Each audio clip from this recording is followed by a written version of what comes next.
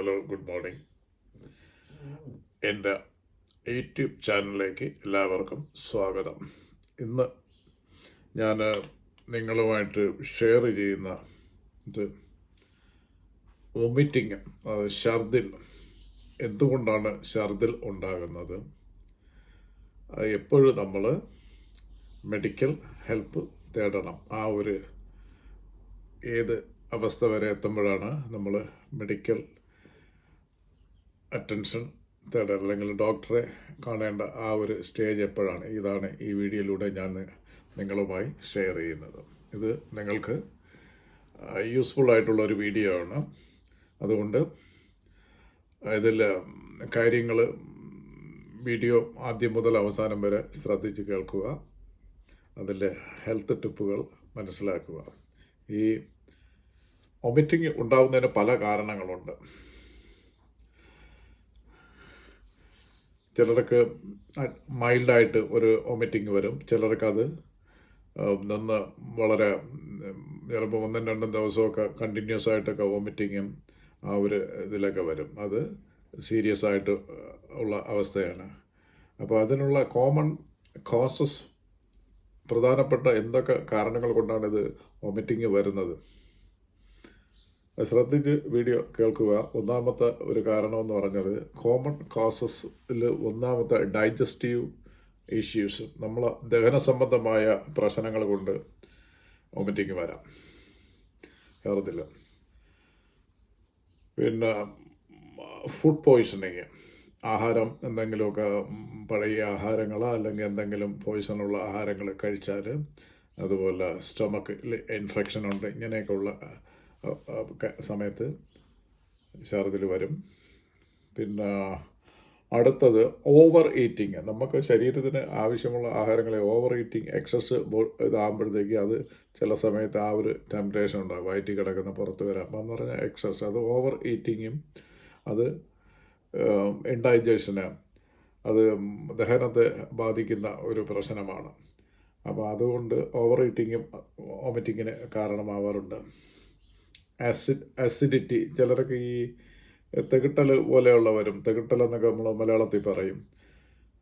Then constipation, മലബന്ധം, ഈ അവസ്ഥയിലൊക്കെ ഛർദിൽ ഉണ്ടാവാനുള്ള പോസിബിലിറ്റീസ്, സാധ്യതകൾ ഉണ്ട് എന്നുള്ള ഒരു കാരണം. അടുത്ത രണ്ടാമത്തെ കാരണം സെൻട്രൽ നെർവസ് സിസ്റ്റത്തിൻ്റെ തകരാറുകൾ കൊണ്ട് സംഭവിക്കുക. ചിലർക്ക് മൈഗ്രെയിൻ, അസഹനീയമായ തലവേദനകൾ വരും. ദെൻ കൺകഷനോ ഹെഡ് ഇഞ്ചുറിയോ മസ്തിഷ്ക ആഘാതമോ ഒക്കെ ഉണ്ടാകുമ്പോഴത്തേക്ക് ഛർദിൽ ഉണ്ടാകാനുള്ള സാധ്യതയുണ്ട്. പിന്നെ മോഷൻ സിക്നസ്, ചിലർക്ക് motion sickness or sea sickness എന്നൊക്കെ പറഞ്ഞാൽ ഈ കപ്പൽ യാത്രയൊക്കെ ചെയ്യുമ്പോൾ ചില വ്യക്തികൾക്ക് ഈ കപ്പലിൻ്റെ അലച്ചിൽ കൊണ്ട് ഛർദിൽ ഉണ്ടാകും. എല്ലാവർക്കും വരില്ല.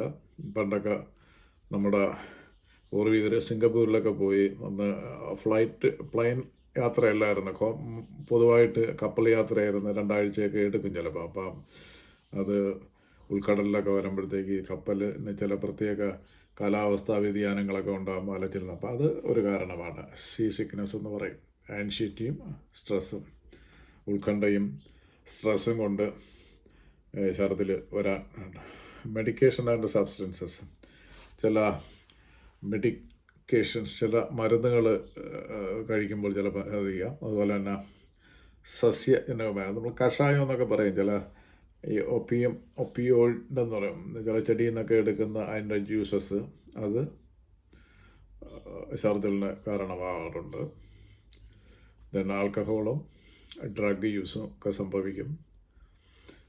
പ്രഗ്നൻസി ടൈമിൽ ചിലർക്കൊക്കെ ഛർദിൽ ഉണ്ടാകും. അത് കാരണമാണ്. അടുത്ത 4ാമത്തെ കാരണം എന്ന് പറഞ്ഞാൽ systemic illness, viral bacterial infections കൊണ്ട് സംഭവിക്കാം. കിഡ്നി, ലിവർ ഡിസീസ് വരുമ്പോൾ ഇത് ഛർദിൽ വരാനുള്ള സാധ്യതയുണ്ട്. Heart attack, especially in women. അപ്പം അതൊക്കെ കാരണങ്ങളാണ്. ഈ പോയിന്റുകൾ മനസ്സിലാക്കിയിരിക്കുക. ഞാനൊരു ഹെൽത്ത് ടിപ്പാണ് നിങ്ങളുമായിട്ട് ഷെയർ ചെയ്യുന്നത്. ഞാൻ അതർ കാസസ്, മറ്റുള്ള കാരണങ്ങളെന്ന് പറഞ്ഞാൽ ഹോർമോൺ ചേഞ്ച് ഉണ്ടാകുമ്പോൾ സംഭവിക്കാം. സിവിയറായിട്ടുള്ള നമുക്ക് ഭയങ്കര അസഹനീയമായ ചില ഭയങ്കര വേദനകളൊക്കെ വരുന്ന ചിലപ്പോഴൊക്കെ വരുമല്ലോ, എന്തെങ്കിലുമൊക്കെ മുറിവോ അല്ലെങ്കിൽ എന്തെങ്കിലും എവിടെയെങ്കിലും ആ സമയത്തും ഇത് വരാം. പിന്നെ ചില നമുക്ക് അസഹനീയമായ സ്മെല്ലുകൾ ഉണ്ടല്ലോ, നമ്മൾ ചില ഡ്രൈനേജ് സ്മെല്ലോ അല്ലെങ്കിൽ ടോക്സിൻസ് എന്തെങ്കിലും കെമിക്കൽ ചില സ്മെല്ലുകളൊക്കെ തീക്ഷ്ണമായിട്ട് നമ്മൾ മൂക്കിലടിക്കുമ്പോൾ അത് നമ്മൾ വൊമിറ്റ് ചെയ്യാനുള്ള സാധ്യതയുണ്ട്. എപ്പോഴാണ് അടുത്ത നമ്മൾ മെഡിക്കൽ ഹെൽപ്പ് തേടേണ്ട അവസ്ഥ എപ്പോഴാണ്? അപ്പോൾ ഈ ഛർദിൽ വന്ന് നിൽക്കാതെ ഒരു 2 ദിവസമൊക്കെ കണ്ടിന്യൂ ആയിട്ട് നിൽക്കുകയും കുട്ടികളിലാണെങ്കിൽ ഒരു 24 hours കഴിയുമ്പോൾ തന്നെ അത് ഒരു ഡോക്ടറെ കാണിക്കണം.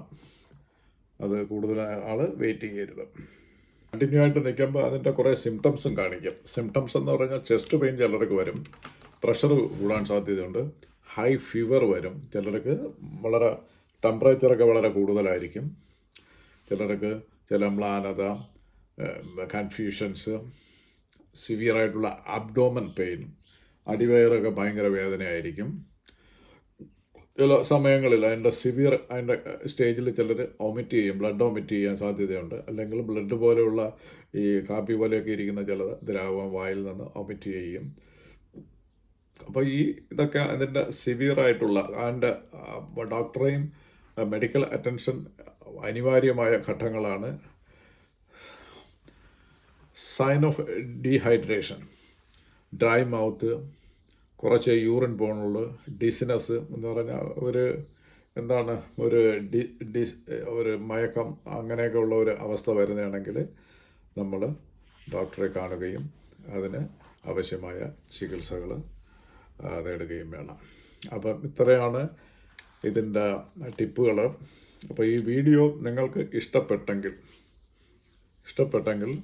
ഇത് ലൈക്ക് ചെയ്യുക, അത് ഷെയർ ചെയ്ത് ആർക്കെങ്കിലും ബെനിഫിറ്റ് കിട്ടുമെങ്കിൽ അവരുമായിട്ട് നിങ്ങൾ ഈ വീഡിയോ ഷെയർ ചെയ്യുക, സബ്സ്ക്രൈബ് ചെയ്യുക. ഞാൻ അടുത്ത വീഡിയോയിൽ ഇതുപോലെയുള്ള ഹെൽത്ത് ടിപ്പുകളുമായിട്ട് വരുന്നതായിരിക്കും. Stay well.